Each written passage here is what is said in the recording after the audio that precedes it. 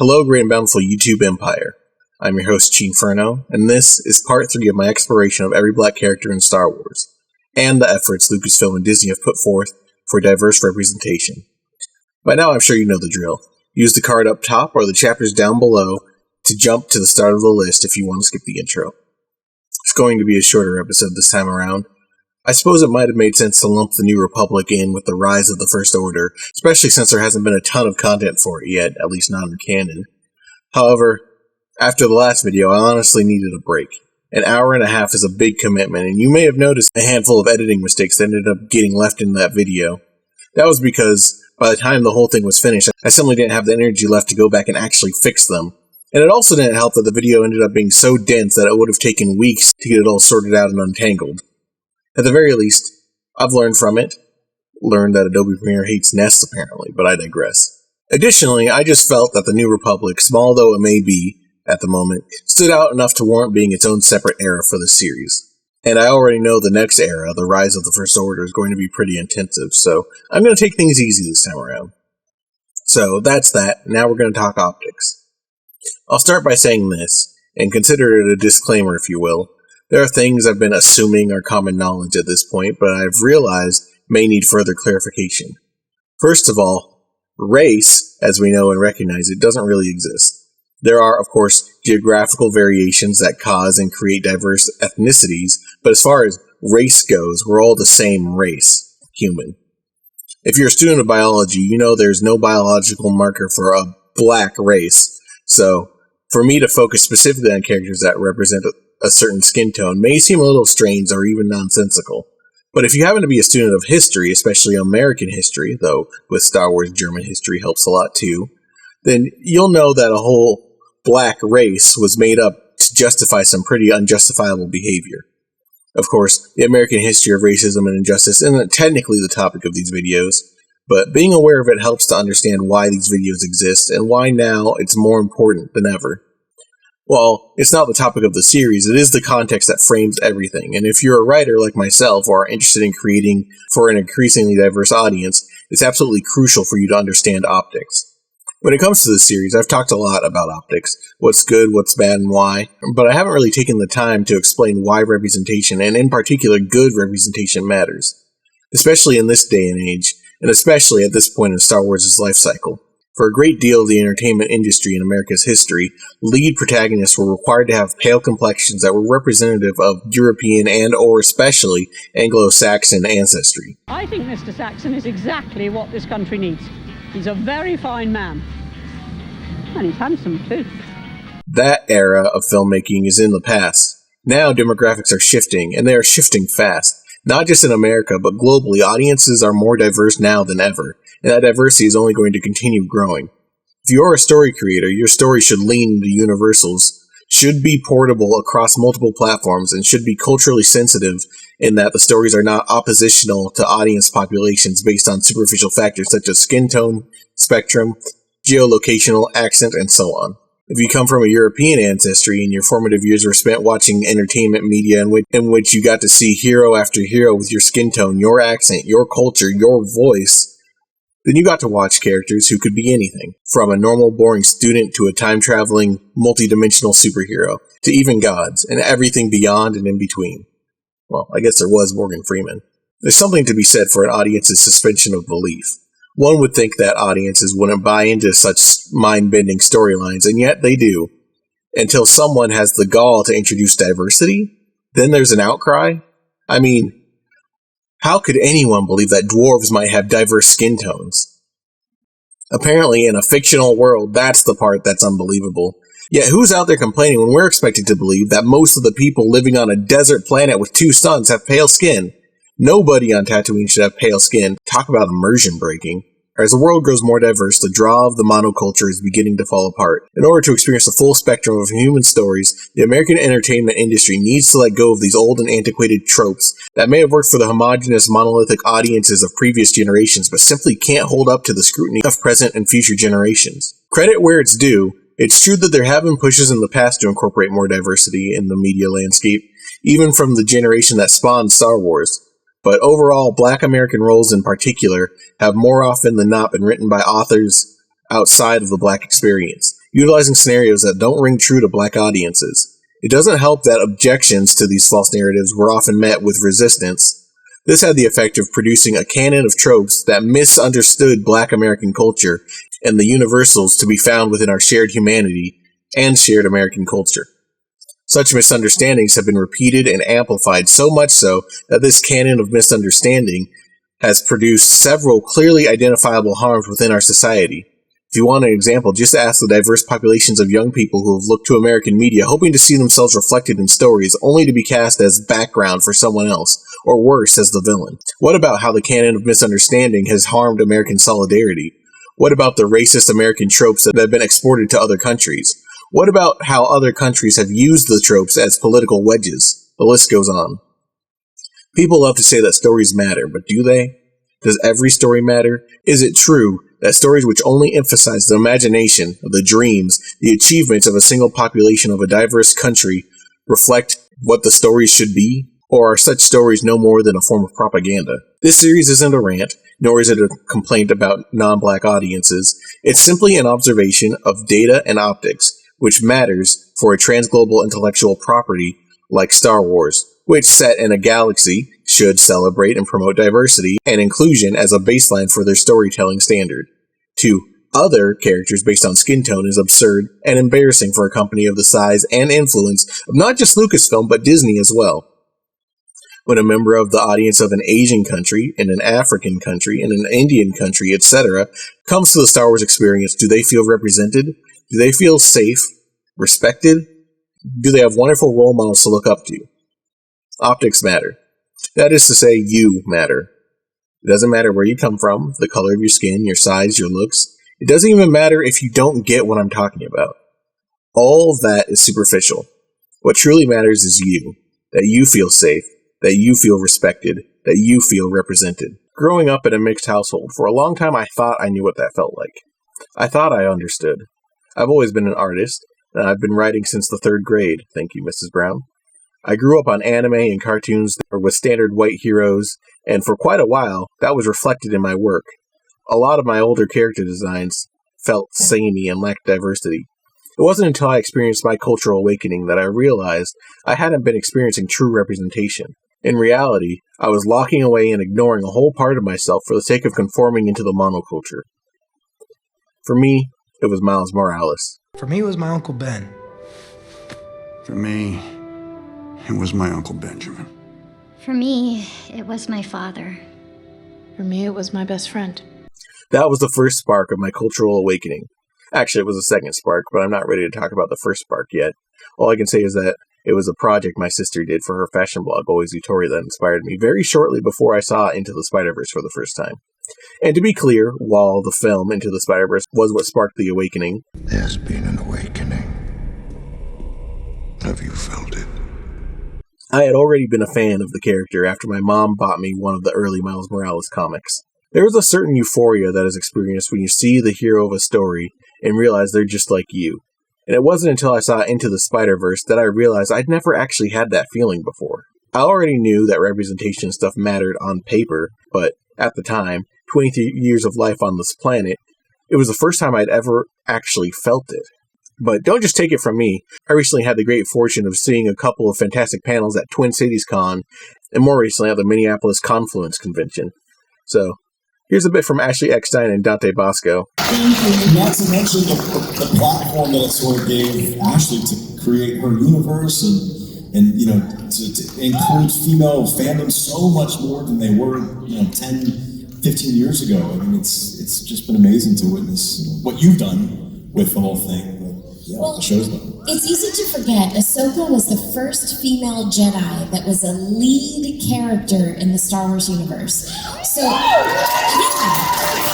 let's not forget that. Before that point, other than briefly seen in the movie, we never got to see a lightsaber in a girl's hands every week or in a prominent role. And so I need like Sith Padme. Yes. That would have been really cool. So I knew Ahsoka was going to be a big deal and a game changer, and I'm just so glad, she in many ways blazed the trail for what we have today. Film called Asian Persuasion that just premiered in New York. Going into the Philippines next month to do a tour in Asia about it, and it's a full Asian cast. It's really fascinating because, we're for Asian Americans, I've been in the game for a long time, but as Asians in Hollywood, this is the highest profile Asians have been in Hollywood in the history of Hollywood, which is crazy. I mean, the Crazy Rich Asian film is like the kind of big thing that happened, and all these amazing things are happening, like Chung Lee, Simu doing his thing with Marvel, and so many other Asian films coming, Aquafina, artists that are coming. And so being a part of that rise, and also my career leading up to some of these things, is very important because it's just representation. We're living in a new time, in a new world. The world has changed, and seeing how the world really looks and how it really feels, and telling the stories and having true representation is very important. And like people don't always realize, like, oh, what's representation? And I go, I felt it earlier, like when I did Rufio, right? Shout out to Rufio. And a lot, growing up, especially that generation, I would get stopped and they go, hey man, you were the first cool Asian I ever saw on film and television, ever, right? Like, that's crazy, that's very cool. And then they're like, so I'll see like a couple, like a mixed couple, and it'd be like an Asian guy and like a black girl or a white girl, and it'd be like, hey, and growing up, like my girl, she had a crush on Rufio. And I know for a fact that you are one of the reasons why she's dating me. And I'm like, you're welcome. But part of that is important. But then as representation goes further than that, now you have to realize that most of the stories that we've seen in Hollywood, most of the roles, myself included, that we've never played, since the beginning, 100 years plus, have by and large, 99% of them have been written and produced and directed by straight white men. And there's nothing, it's not wrong, there's nothing like wrong with that. It's just that it's been so heavily balanced on one side that it's not a real conversation. A real conversation is representation of other races, other sexes, other sexual genders and preferences, writing stories about themselves, and also directing those and having these stories cast in a way where we can actually have a conversation, an artistic conversation. So I think the beautiful thing in the future is not taking away white straight males. It's not that. It's just balancing the stories better, so we can have a better nation in those moments. Like I remember as a kid, I grew up with all boys. Okay. And so like that's where my love of sci-fi and fantasy come from. My mom was a sci-fi and kung fu lady. So that's where my girl, she can tell us some things. And so like that's where my love for like sci-fi, Star Wars, Star Trek, all of that came into play. Was one of my older brothers was obsessed with all that stuff.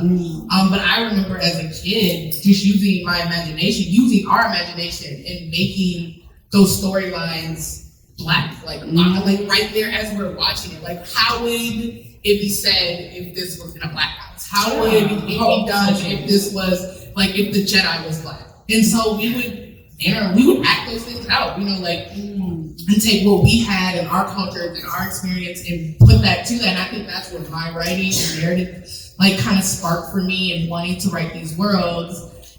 I think a lot of what I like to explore and write, and I don't know if this is also the case for you, but it seems like a little bit what you're saying, but it's like there's all of these worlds and ideas and concepts and stuff that come up, things that I'm processing all the time, like how I connect with my ancestors, how I, as a young person, as a young Black girl, queer, questioning. I think I definitely knew I think at 9 I knew I was bisexual, which sounds weird, but I was like, yeah, I think I want both the flavors, all the flavors. Or I don't feel like I'm just one thing, or I know I like girls too, But there weren't any books that really talked about sexuality, and if it was always kind of tragic.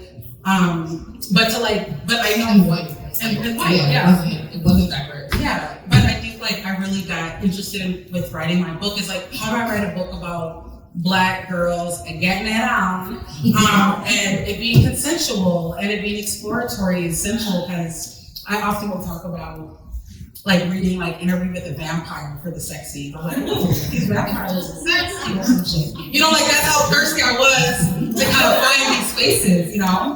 And I think that's the fun part about being a writer, is that you're like, oh wow, like I literally get to create these characters, create all this drama in their life, and then hang out with them and write about it. Right. So you get introduction to the term Afrofuturism. I wondered if you could collectively can talk about sort of the background of that term, or when you first became aware of the idea of Afrofuturism. Well, I can say that I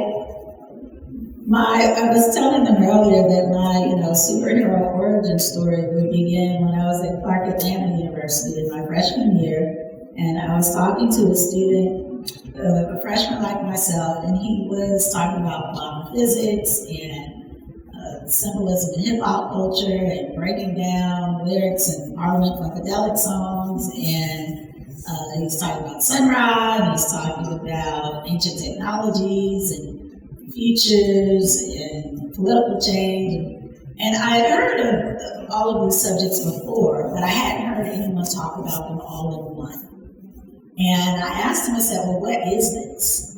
And he said, I don't know. And I grew up in a spiritual system that was centered around metaphysics as a philosophy. So I asked him if he was familiar with certain texts, and he said, he was. And so that really began the seed that was planted, where I just began to take note of these like space-time conversations that were African diasporic in terms with respect to their lens. And so many years later, when someone was telling me that they were teaching Afrofuturism, I said, well, what's that? And it took me directly back to that conversation. And by that point, I met all these artists. I was writing about entertainment, covering Black culture, and I said, why haven't I heard this term? I said, I know a lot of people who are Afrofuturists. They're approaching this through the lens of visual art or music, or they talk about these ideas. They're in the comics. None of them are using this term, and they felt very much marginalized. They felt like they were at the fringe. They could only have this conversation with so many people. And so I wanted to write the book, thinking that it would be a book that students, people who were friends of mine when I was in college, would be enthusiastic about. It would be something that could be a foundation, because what I noticed was people would have these ideas and they would talk about these space-time relationships, and then they wouldn't know what to do with them. If you're an artist, of course, you're gonna, you might choose to explore it. And that's if you weren't thinking in terms of market viability, right? If that was central for you, then you might feel like, oh, I shouldn't create these images. I shouldn't create images in space that look like me. But if you were a person who didn't think of yourself as an artist, what do you do when you're thinking about space-time and quantum physics, and how do you engage that in your life? So I wrote the book really thinking about that period, and I'm happy to see how it's connected. The whole idea of coming from, my background is I studied physics and art at college at Hammond University, and as I was president of the Black Student Organization, and I was also like a striving artist, painter, oil painter, traditional atelier kind of discipline. But I remember my first introduction was I brought a speaker to Black History Month named Dr. Naeem Akbar, who was a professor on African spirituality. And he gave me this book called Light from Ancient Africa, which completely shifted my view of myself in the world of art. And at the same time, I had a strong connection to technology, science fiction, and traditional art, but I never felt like I fit in any of these places. there was nothing there for me. I loved science fiction, but I think I found one story, which I have not since been able to find, by Ray Bradbury. It was a short story where all the black people were taken off of the planet Earth by aliens and ships. And it just went into this whole conversation about what would life look like? How would creativity evolve without the black aesthetic? And so that became like my point of entry of moving into the work that I'm doing now, which is I kind of went after college. I started a company that was doing visualization. The ways that as a child, my mom introduced me to Star Trek and was like, look at these characters. Mm-hmm. It's like you said, there wasn't the term wasn't there, but we were experiencing it, And so I think growing up and seeing how, when I was younger, the hip hop artists were looking back on everybody that was doing funk and being like, how do we elevate that and bring that into what we're doing? For me, that was huge because it gave me a portal back to music that I wasn't listening to, that wasn't on MTV at the time. Mm-hmm. And so I think it goes back to this idea, like you were saying, around what's happening in the past, bringing it into the future. And I think for me right now, I'm lucky enough to be in a wave of Black artists that we're just making work that lets our hearts sing.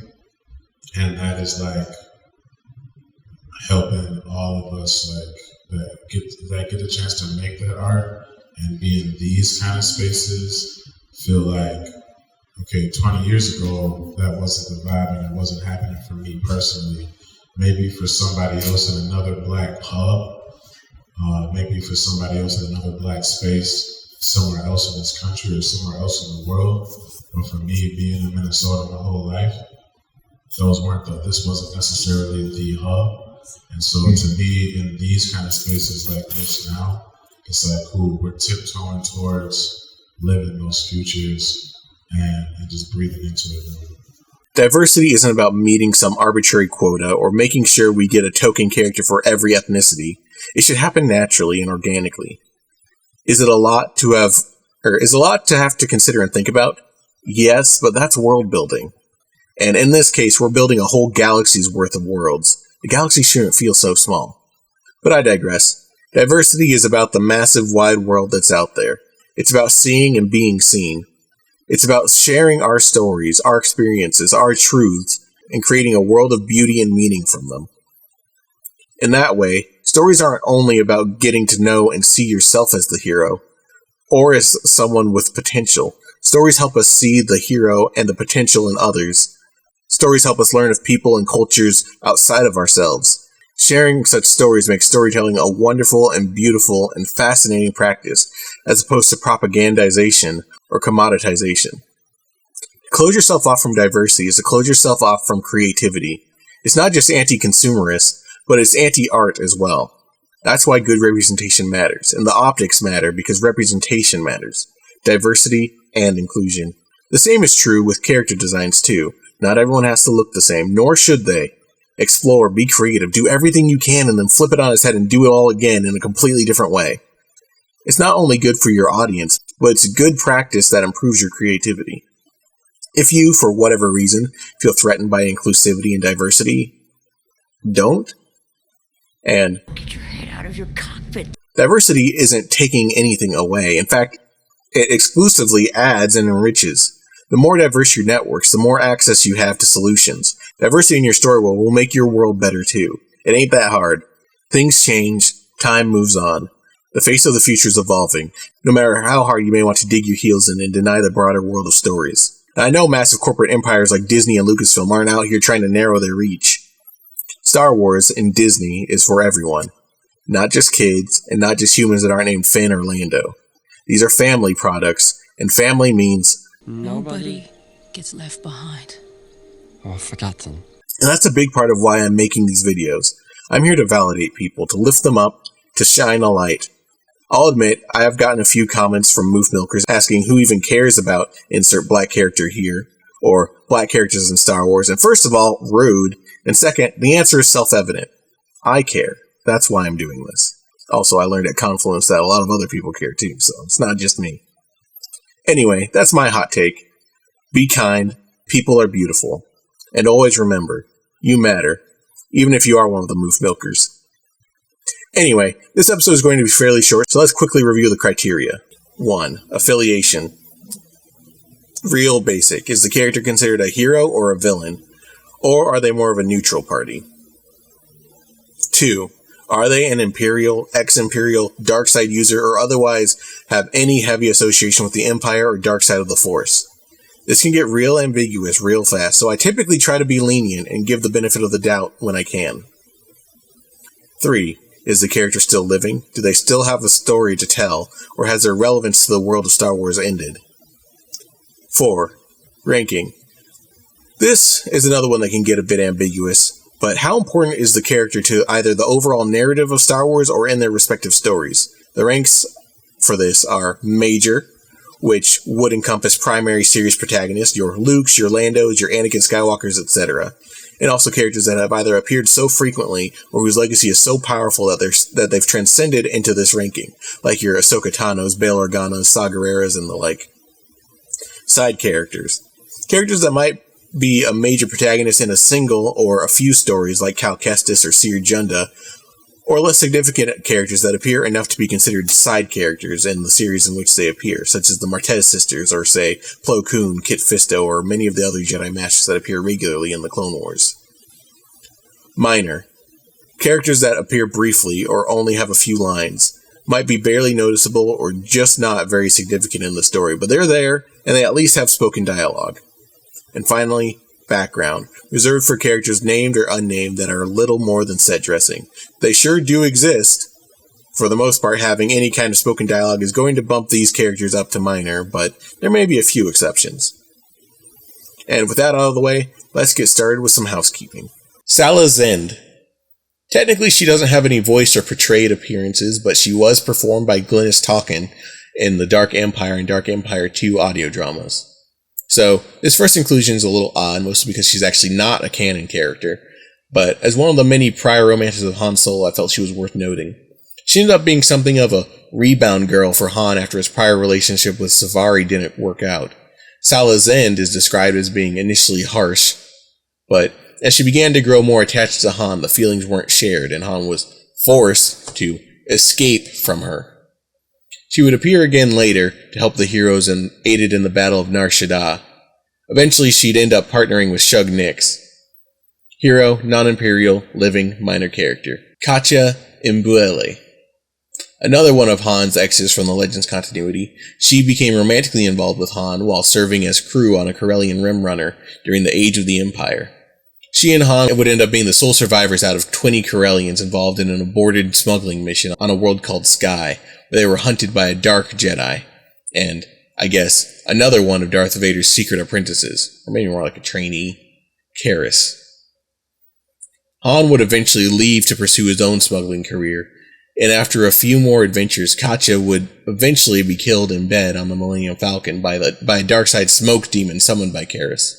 By Kylo Ren wishes he had a cool smoke demon. In fact, given J.J. Abrams' history, I'm a little surprised he didn't. Hero, non-Imperial, dead, minor character. Taonga. A couple of last-minute additions I stumbled on while digging up information on other characters. Technically speaking, this and the next entry should have gone in the previous episode on the Age of the Empire. Taonga was a bounty hunter during the reign of the Empire. Once again, comics that I haven't read, so I'm a little unclear of her official affiliation. She seems to be somewhat neutral, with some hero-leaning tendencies. However, given her status as a bounty hunter during the time of the Empire, she ends up with at least a technical association with the Empire, which is a topic I'll be discussing in a little more detail in a bit. As far as I can tell, she's alive and has appeared in enough comics that I'm gonna guess she's maybe a side character. Khel Tanna. A scoundrel with a hatred for Han Solo. She would eventually go on to become a member of Taonga's crew. I wasn't able to find a lot of information on this character, though she appears in several comics, particularly the Han Solo and Chewbacca, as well as the Bounty Hunter series. I'm unclear about her affiliation as well. She seems to be associated with the Hutt clan, among other things, so I'm going to mark her down as neutral, though from what I can see, she's maybe leaning toward villain. Forgive me if I'm totally off base with that. I couldn't find any specific associations with the Empire outside of her association with Tonga's bounty hunting crew. She's still alive and is maybe a minor character. Lieutenant Taidu Sefla, portrayed by Babu Sise. He was a lieutenant in the Rebel Alliance and a member of the Rogue One team. He granted Jin Erso the rank of sergeant and was later killed by Death Troopers during the push to establish a communications link to the Rebel fleet in the Battle of Scarif. Hero, no known association with the Empire as far as I could tell. Dead, minor. Lieutenant Stordan Tonc, portrayed by Jordan Rizzle Stevens. Along with Sefla, he was a lieutenant in the Rebel Alliance and one of the members of Rogue One. He died covering Bodhi during the push to connect the shuttle to the communications tower during the Battle of Scarif. Hero, no known association with the Empire. Dead, minor character. Kanan Jarrus. Yeah, I know I talked about him already. I mostly just wanted to note that I spelled his name wrong in the previous episode. It's Freddie Prinze Jr. with a Z, not a C, named after his father, who was a famous American comedian. Cere Junda. I'll keep it brief and as spoiler-free as possible, but I'm happy to say I finally finished Star Wars Jedi Survivor. I already liked Cere a lot before, but now I think I understand why she was one of the most requested characters for the series. Again, I'm not going to spoil anything, but Cere is awesome. Anyway, the reason I have her here on my housekeeping list is because in the previous video I said that I wasn't really sure I should refer to her as Cal's master, based on their relationship in the first game. However, now that I've played through the second game in full, I've become aware of various flashback scenes, primarily used as devices for Cal to learn his new force abilities in that game, that very clearly depict Cere and Cal as sort of a master and apprentice relationship. So my correction here is simply to say that now I would say that Cere was Cal's Jedi Master. Okay, with that out of the way, let's move on to the main course. The New Republic. The brief period of peace and cleanup between the fall of the Empire and the rise of the First Order. The power structure of the galaxy is changing, and heroes, once rebels, find themselves in charge of rebuilding a new republic in the ashes of the Empire they overthrew. It's an era of uncertainty, disorder, and possibilities. Meanwhile, the old regime may have been defeated, but they aren't quite done yet. The Imperial remnant appearing scattered across the galaxy works together in secret to undermine and upheave the change. The roles have been reversed. As such, let's begin with Moff Gideon, portrayed by Giancarlo Esposito.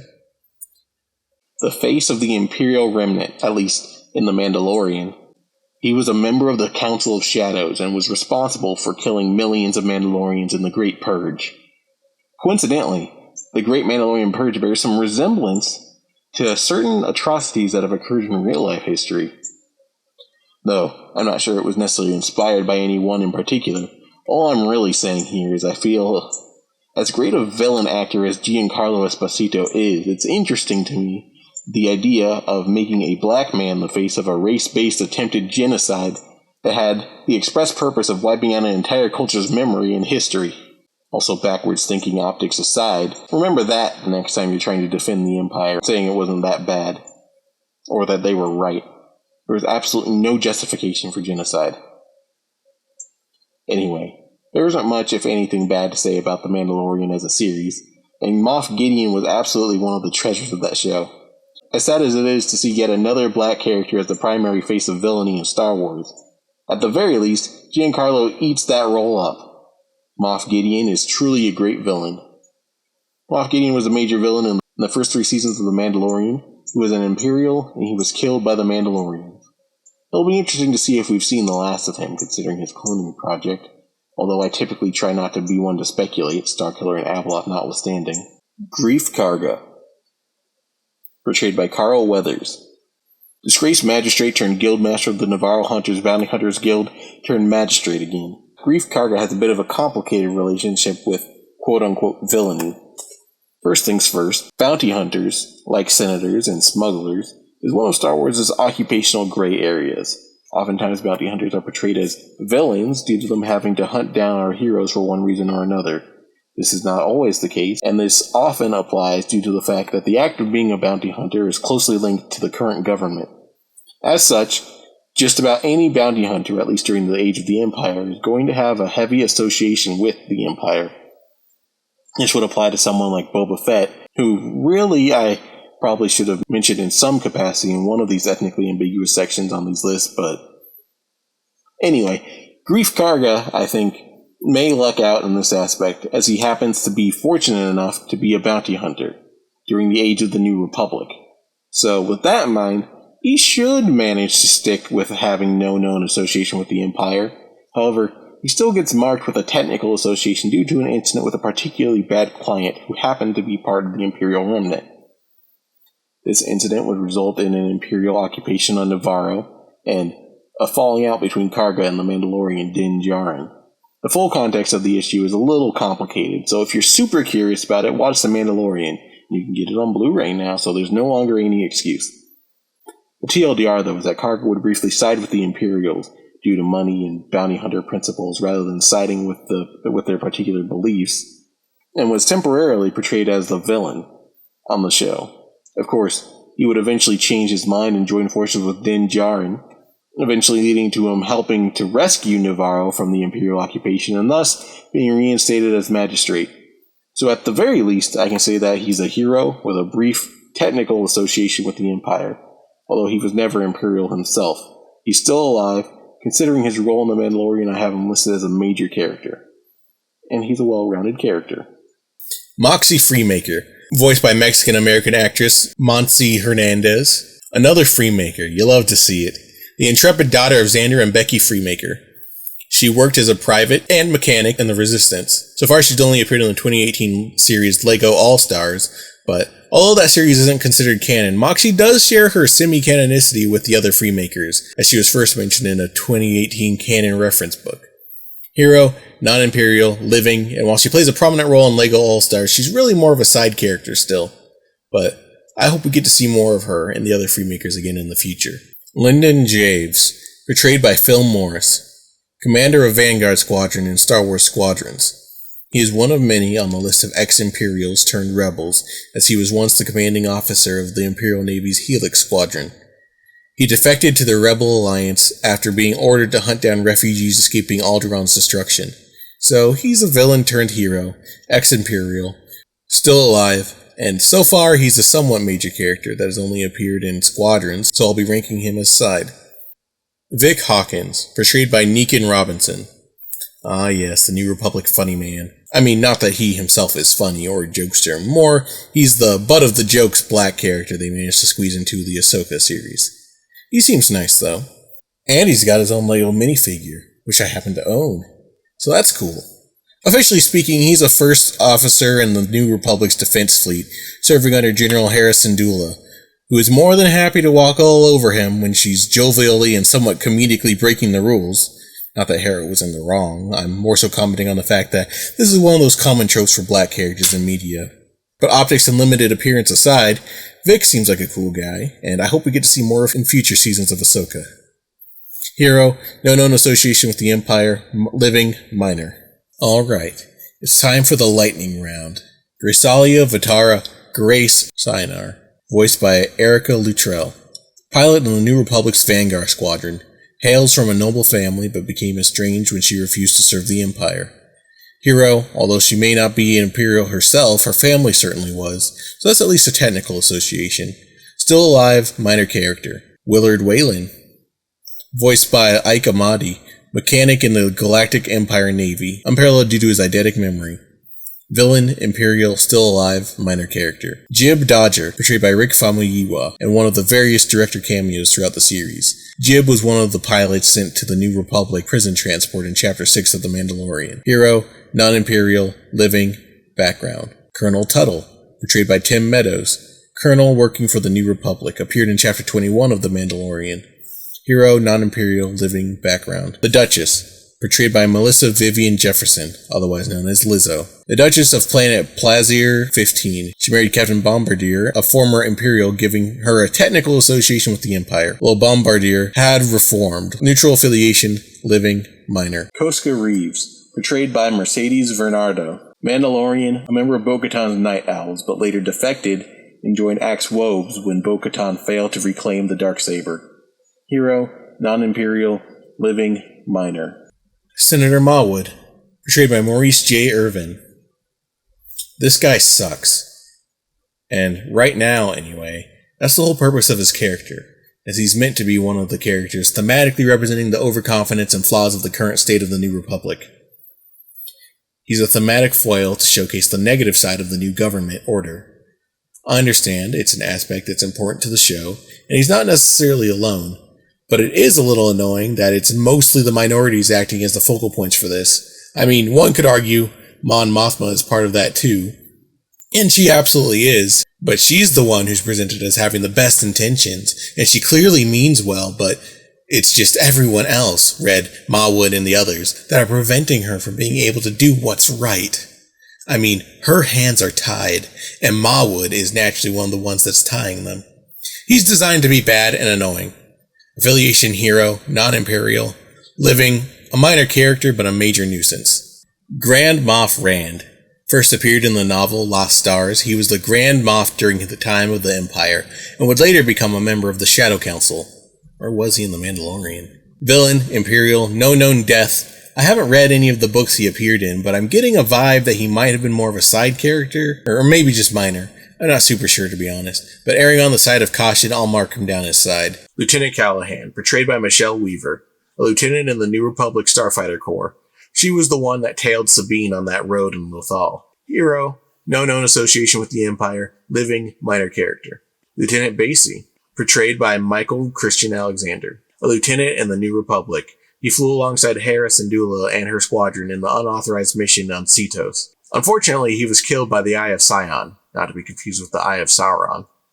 Hero, non-imperial, dead, minor. The Modifier, portrayed by Stephen Thundercat Brunner. This one's a fun one. You'll recognize him as that guy Boba Fett got to save Fennec Shan's life in the Book of Boba Fett. He was an artisan with cybernetic augmentations that would help mod others to fix injuries, or really any other reason. Neutral, non-imperial as far as I'm aware, living, minor character, but I'd love to see more of him in the future. And that's it for the lightning round. Up next, we got Bipoc and Ethnically Ambiguous. Unidentified Imperial Warlord 2, portrayed by Dominican actor, director, and producer Himki Madera. He's one of the Imperial Warlords on the Shadow Council in The Mandalorian. Villain, Imperial, living, background. Jacen Syndulla, portrayed by Evan Whitten, a young American actor of Latine descent, the son of Kanan Jarrus and Hera Syndulla. I know I gush over Jacen Syndulla like every chance I get, and that probably won't stop anytime soon. I'll forever be grateful to Filoni for finding a way to bring back Jacen, even if he is a Syndulla and not a Solo.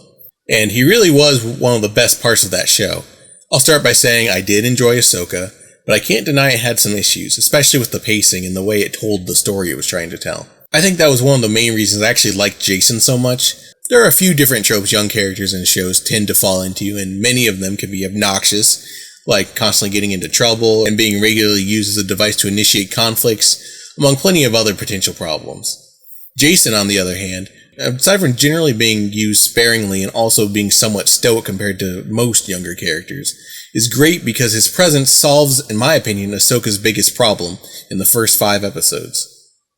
You see, in Ahsoka, Jacen is cleverly used as a device to relay exposition that might otherwise feel forced or unnatural. He didn't watch Star Wars Rebels, he didn't train off-screen with Ahsoka, he knows about as much or maybe a little less than most of the viewers of the show. As such, every time he was on screen, it generally meant he was going to ask something, and the characters would explain to him what was going on, which was more than could be said for when he wasn't on screen. Just to be clear, this is coming from someone who is a massive fan of Star Wars. This is coming from someone who watched Rebels in its entirety multiple times, at least 3 and counting. In fact, the only post-Disney Star Wars shows I haven't watched are The Bad Batch Season 2 and some of the minor LEGO stuff. As of writing, I'm about halfway through LEGO All-Stars, and I still need to finish Young Jedi Adventures and Vision Season 2. I even watched Galaxy of Sounds and Vehicle Fly-Throughs. So, the fact that even I had some trouble following some of the story beats and themes of Ahsoka was a little bit concerning.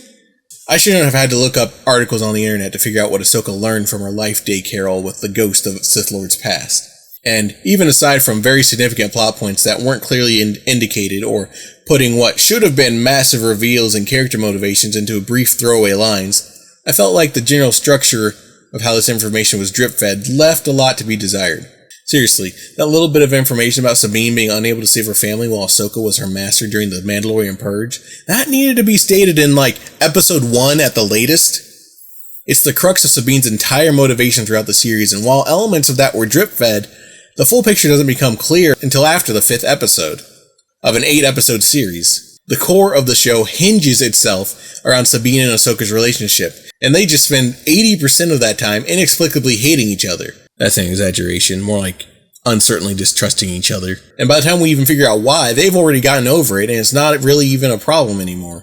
So, as someone who knows a lot about the nooks and crannies of Star Wars lore, and Rebels lore, and even Legends lore, having Jacen there to force somebody to actually explain what they were thinking and what was going on was a mortis godsend. Because Sabine and Ahsoka sure weren't about to explain their thought processes to each other. Still, I'm looking forward to Season 2 of Ahsoka, and seeing what that and Dave Filoni's movie have in store for us. It's Abeloth. I'm also looking forward to seeing more of Jacen Syndulla. Ever since he was first introduced back in Rebels, I've been dying to see how his story will ultimately play out. He's a hero, non-Imperial. As for an association with the dark side, well, that remains to be seen. But that's a no for now. Living side character. Dinn Djarin, portrayed by Pedro Pascal, Brendan Wayne, literally John Wayne's grandson, Lateef Crowder, Eddie Gordo in the Tekken movie, and Barry Lowen. The Mandalorian, adoptive father to Grogu. There's a lot more I could say, but if it needs to be said, you should probably just go and watch the show. Hero, non-Imperial.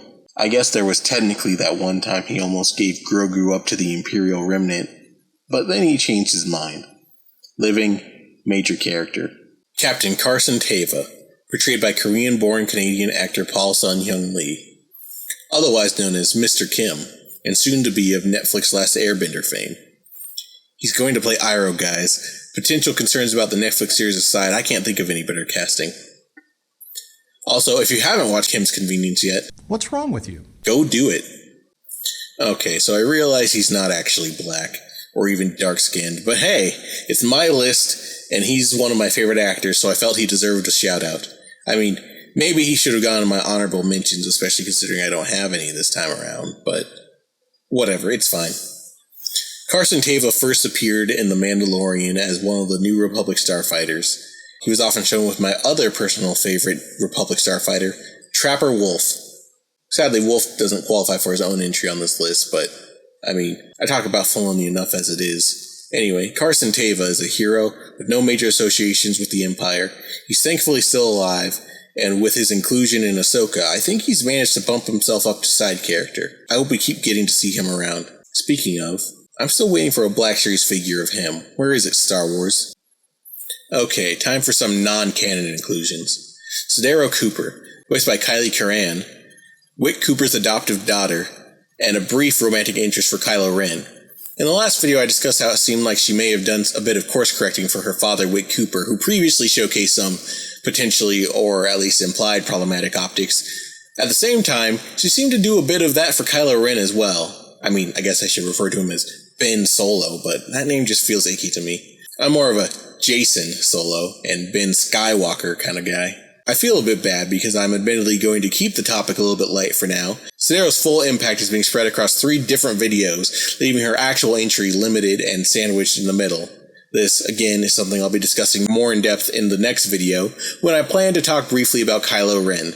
But suffice it to say, historically the character of Kylo Ren has been shown to act a bit aggressive when it comes to black characters, to the point where I'm not even the only person in the fandom to notice and make a note of it. So, when Sidero appeared in LEGO Star Wars Vacation, prompting a young Ben Solo to immediately fall in love with her, I have to admit I was a little surprised, but pleasantly so.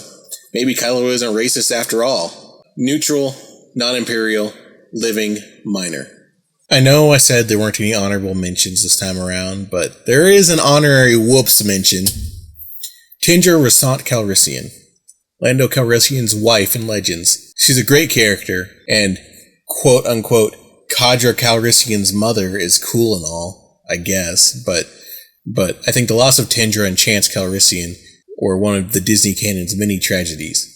Of course, she's not black, and the reason why she made it onto the whoops list is because, I guess, given the fact that she was featured in a novel, and as such I didn't uncover any visual reference for her until much later, based on her general demeanor and a biased assumption based on the fact that she was married to Lando, I had assumed that she was black, until I eventually found some artwork of her. She was a hero, non-Imperial, living, and she was a side character at least. I lied again. I do have one dishonorable mention. Hamato Xiono, originally voiced by Tsi Ma, later portrayed by Nelson Lee. I'm going to be honest with you guys. I hate this character. Stop Asian hate. He's featured on this list almost exclusively out of personal vendetta. My dislike for this character is, on the one hand, technically unfair, and on the other hand, is partially the direct result of how he's deliberately portrayed in Ahsoka. Unfortunately, I don't remember enough about his portrayal in Star Wars Resistance to have an opinion based around that. That show was so boring and so bad. It's such a nothing bantha breakfast biscuit that I've honestly blocked a lot of it out of my memory. That's also where the personal vendetta part comes from too, because I hate his kid, Kazuda Xiono too. So, I'm sorry fans of Star Wars Resistance. Yes, I'm being overly harsh on this character, though the fact that I had a similar reaction to him even before I became acutely aware that he was the father of one of my least favorite Star Wars protagonists, well, it harkens back to what I was saying earlier when I discussed Senator Mawood. But I digress. That's gonna be it for now. You know, it's funny. I never thought I'd find myself sitting here talking about race and optics and culture as like my main gimmick here on YouTube. And yet, here I am. Maybe I'm just a drop in the bucket, but hopefully I'm helping you feel validated and making the world a better place for everyone. And that's all I have written on my script. I told myself I was going to, write a slightly longer outro than that, but I didn't. So thank you for watching. This is Chinferno signing off. And always remember, you matter. Even if you are one of the MILF. Yeah, you matter, even if you're a MILF. Oh my god. Lieutenant Stordan Tonc. Sorry.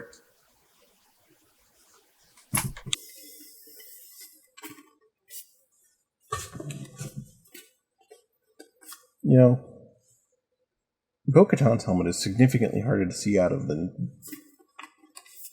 Dinn Djarin's.